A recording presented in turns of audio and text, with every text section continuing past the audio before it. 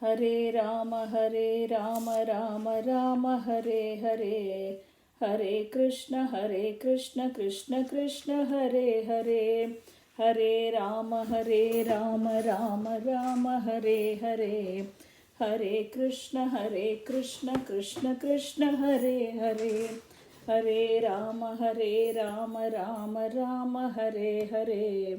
Hare Krishna Krishna Krishna Hare Hare. Chapter 15. Maitreya Uvacha Atatasya Punarviprair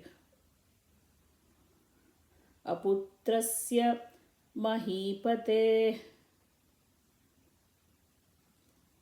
Bahubhyam Matyamanabhyam Mitunam Samapadhyata. The great sage Maitreya continued, My dear Vidura, thus the Brahmanas and the great sages again churned the two arms of King Vena's dead body. As a result, a male and a female couple came out of his arms.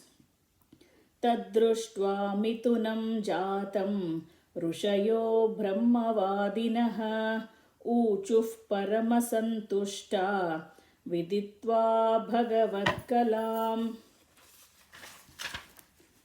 The great sages were highly learned in Vedic knowledge. When they saw the male and female born of the arms of Vena's body, they were very pleased, for they could understand that the couple was an expansion of the planary portion of Vishnu, the Supreme Personality of Godhead.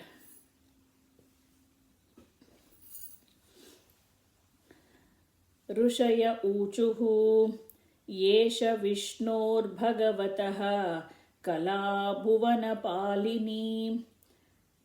इयं च लक्ष्म्या सम्भूतिः पुरुषस्यानपायिनी. The great sages said, the male is a planary expansion of the power of Lord Vishnu, who maintains the entire universe, and the female is the planary expansion of the goddess of fortune, who is never separated from the Lord. Ayam tu pratamo rajñam puman pratayita yashaha Pruturnama Maharajo Bhavishyati Pruthushravāha. Of the two, the male will be able to expand his reputation throughout the world. His name will be Pruthu. Instead, he will be the first among kings. Iyam cha sudati devi Gunabhushana Bhushana Archirnama Vararoha Prutumeva Varundhati Varundhati. The female has such beautiful teeth and beautiful qualities that she will actually beautify the ornaments she wears. Her name will be Archi. In the future, she will accept King Pruthu as her husband.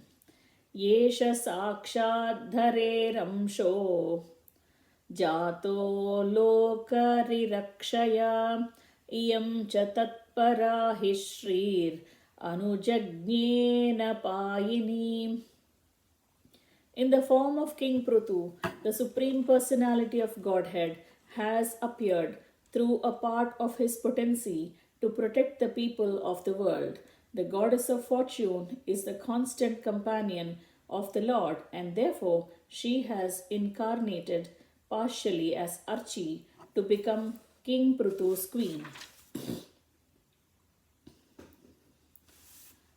Maitreya Uvacha Prashamsanti smatam vipra Gandharva pravara jaguhu Mumuchu sumanodharaha Siddha nrutyanti swastriyaha.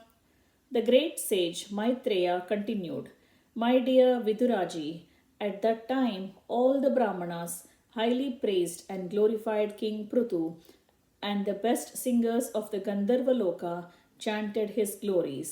The inhabitants of Siddhaloka showered flowers, and the beautiful women in the heavenly planets danced in ecstasy. Shankaturya Shankaturyamrudanghadhya Nedurdhundubayo divi Tatra sarva upajagmur Devarshi pitrunaganaha. Conch shells, bugles, drums, and kettle drums vibrated in outer space. Great sages, forefathers, and personalities from heavenly planets all came to earth from various planetary systems.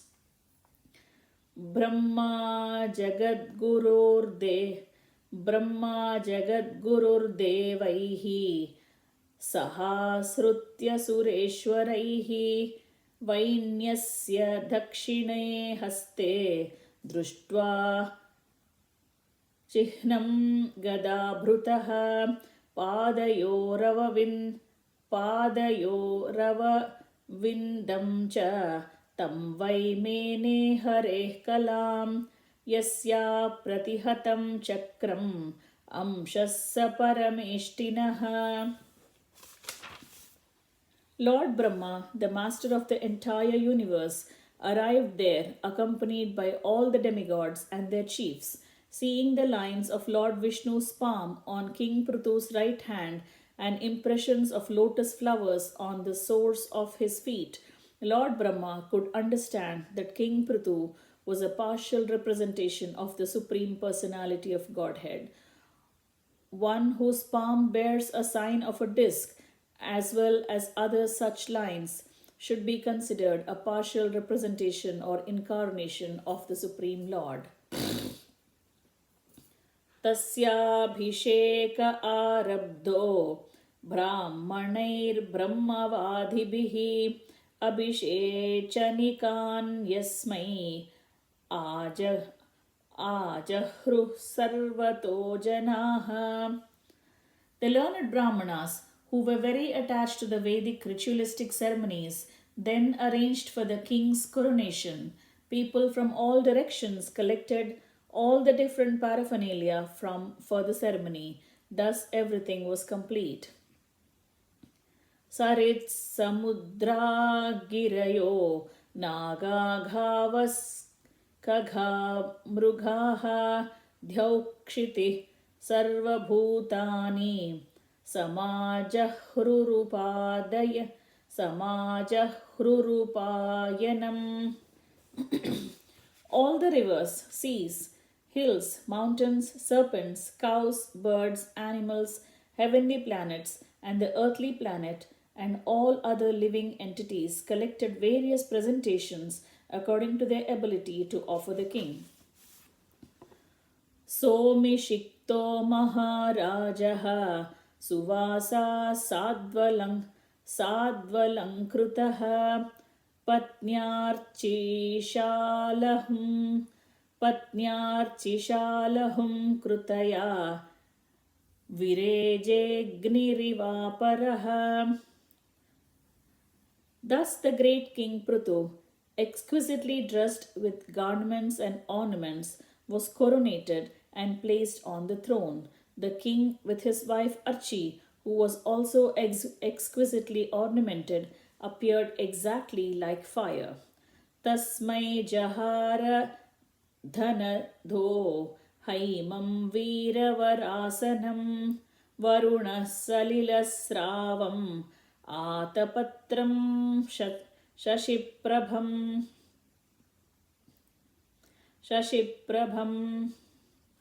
The great sage continued, My dear Vidura, Kuvera presented the great King Pruthu with a golden throne. Kuvera presented the great King Pruthu with a golden throne. The demigod Varuna presented him with an umbrella that constantly sprayed fine particles of water and was brilliant as the moon. Vayuscha Valavyajane धर्मः कीर्तिमयीं स्रजम् इन्द्रिया किरीटमुत्कृष्टं दण्डं संयमनं यमः. The demigod of air, Vayu, presented King Pruthu with 2 whisks, chamaras, of hair. The king of religion, Dharma, presented him with a flower garland which would expand his fame. The king of heaven, Indira, presented him with a valuable helmet, and the superintendent of death, Yamaraja, presented him with a scepter with which to rule the world. Brahma, Brahma, Brahma, Brahmamayam Varma, Bharati Haramuttamam, Haris Sudarshanam Chakram, Tatpatnyavyahatam Shriyam. Lord Brahma presented King Pruthu with a protective garment made of spiritual knowledge. Bharati, Saraswati, the wife of Brahma, gave him transcendental necklace. Lord Vishnu presented him with a Sudarshana disc, and Lord Vishnu's wife, the goddess of fortune, gave him imperishable opulences. Dasha Chandra Masim Rudraha Shatachandram Tatambhika Somo Mruta Maya Nashwas Twashtarupashrayam Ratam. Lord Shiva presented him with a sword within a sheath marked with 10 moons, and his wife, the goddess Durga, presented him with a shield marked with 100 moons. The moon demigod presented him with horses made of nectar, and the demigod Vishwakarma presented him with a very beautiful chariot.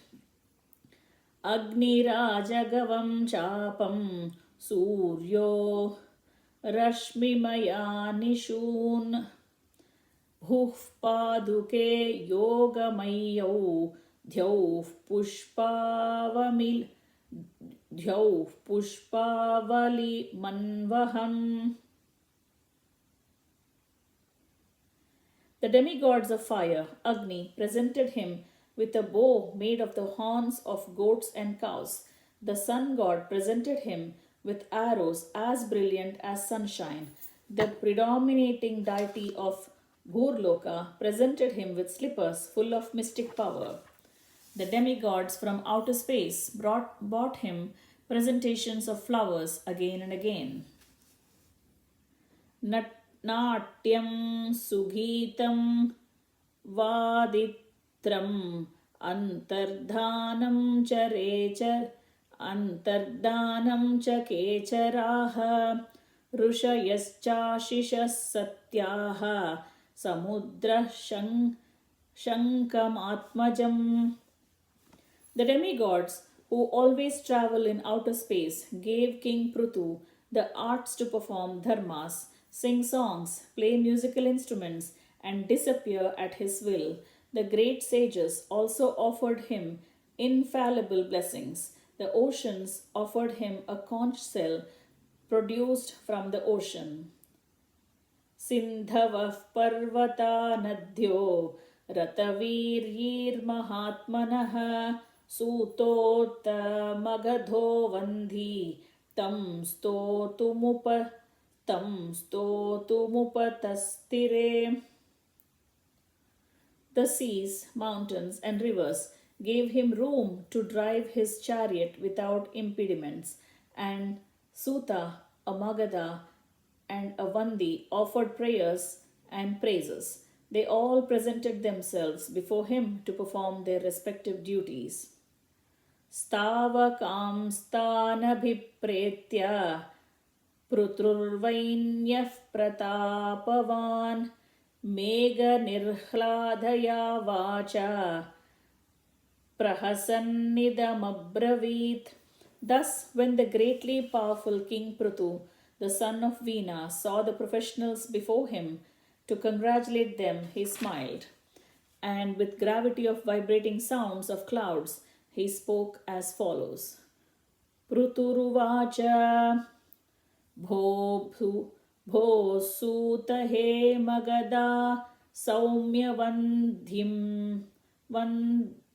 वन्धिं लोकेऽधुना स्पष्टगुणस्य मे स्यात् किमाश्रयो मेस्तव एष योज्यतां मामय्यभुवन् vitata ghiro vaha. King Pruthu said, O gentle Suta, Magadha and other devotee offering prayers, the qualities of which you have spoken are not yet.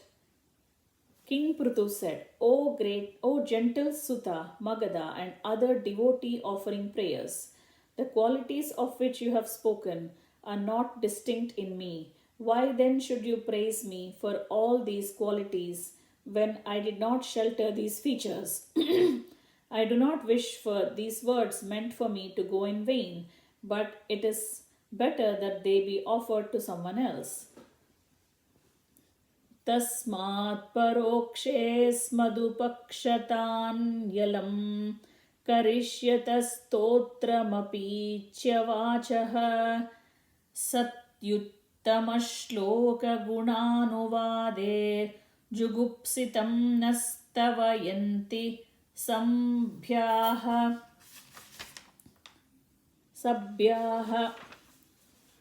O gentle reciters, offer such prayers in due course of time, when the qualities of which you have spoken actually manifest themselves in me. The gentle who offer prayers to the Supreme Personality of Godhead do not attribute such qualities to a human being who does not actually have them. Mahadgunanatmani kartumishah कस्ताववैस्तावयते सतोऽपि तेस्या भविष्यन्निति विप्रलब्धो जनावहासं कुमतिर्न वेद. How could an intelligent man, competent enough to process such exalted qualities, allow his followers to praise him if he did not actually have them? Praising a man by saying that if he was educated, he might have become a great scholar or a great personality is nothing but a process of cheating. A foolish man who agrees to accept such praise does not know that such words simply insult him. Prabhavo hyatmanastotram juhupsantyapi vishrutaha ह्रीमन्तः परमोधाराः पौरुषं वा विगर्हितम्. As a person with a sense of humor and magnanimity does not like to hear about his abominable actions, a person who is very famous and powerful does not like to hear him praised. Vayam tvavidita loke sutadhyapi varimabhihi karmabhih katamatmanam gapayishyama balavat. King Pruthu continued, My dear devotees, headed by Suta, just now I am not famous for my personal activities because I have not done anything praiseworthy you could glorify. Therefore, how can I engage you in praising my activities exactly like children? Thus ends the chapter entitled King Pruthu's Appearance and Coronation. Hare Rama, Rama Rama, Hare Hare, Hare Krishna, Krishna Krishna, Hare Hare, Hare Rama, Rama Rama, Hare Hare, Hare Krishna, Krishna Krishna, Hare Hare, Hare Rama, Rama Hare Hare, Hare Krishna, Krishna Krishna, Hare Hare.